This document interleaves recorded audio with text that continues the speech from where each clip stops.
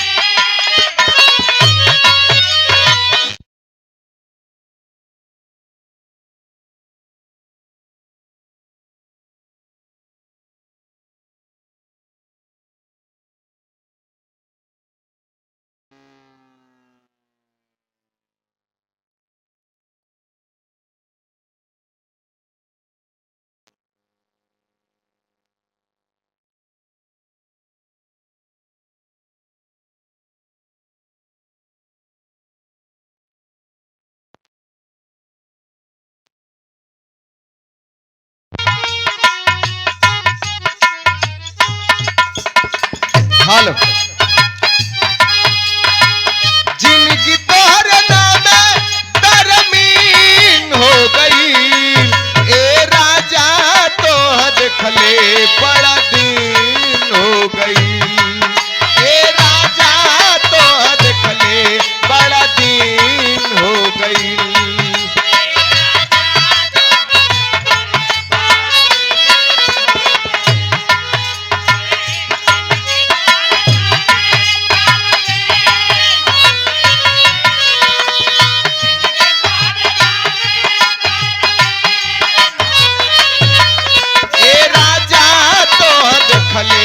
बड़ा दिन हो गई।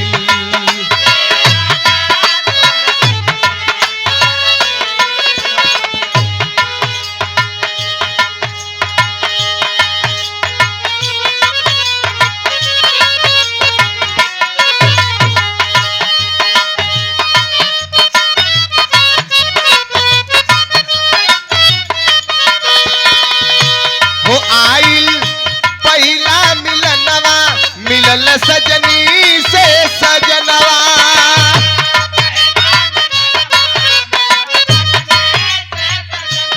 हमार अंग अंग गुलाब नियन खिलल बा बदनवा सुनी सुनी भगवान जन ध्यान होके दी सुनी सुनी भगवान जन ध्यान होके दी आज राजा जी के कोरवे में जवान होके दी।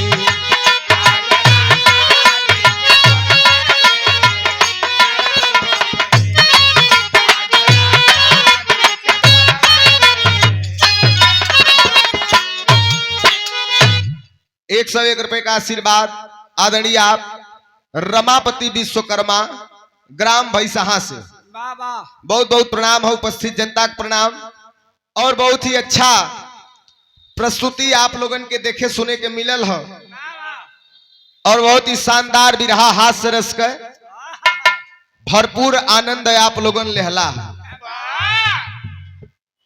बड़ा चाप के दबे रतनी है खड़ा होके। अरे भाई भौजाई तो अरे ना तू कुछो कहा हम हई देखा बियाह शादी जब होला तो हितैया नताई में होले।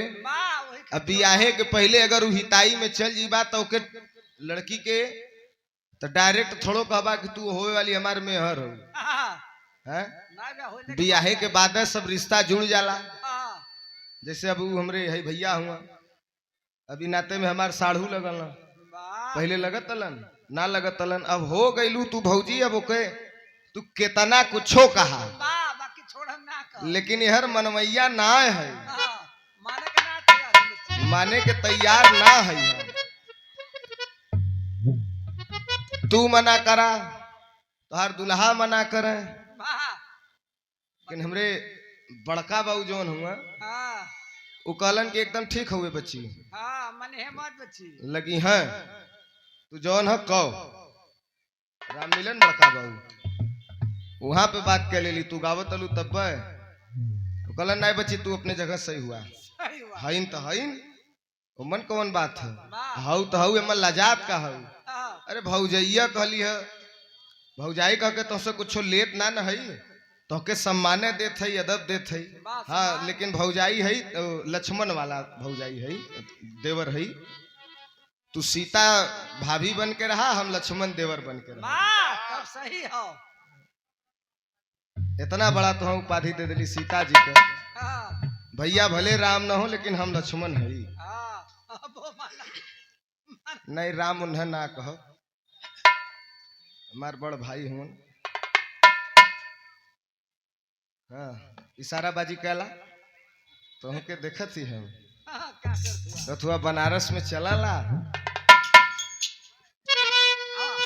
जब बिया ना भल रहल तब एक गुरु घराना हमहन के जैसे निभल, बहिन बन के निभौली, दोस्त बने के रहल दोस्त बन के निभौली। अब हो गए है तब कह तू केतनो कहा, और रोज कहब, अगर ढेर बोलबू तो फेसबुक पे भी लिख के कहब, लाइव जब करबू वही कमेंटवे में लिखब, सब वही जान जाइए। हाँ नहीं तो लाइव इंटरव्यू दे दे कहियो कि भैया हईन हमार भौजी दिखाई जबरदस्ती करत हईन, हमको न्याय चाहिए, न्याय चाहिए। ढेर मना करबू तब वही टाइल्स बिकब बंद ना भल।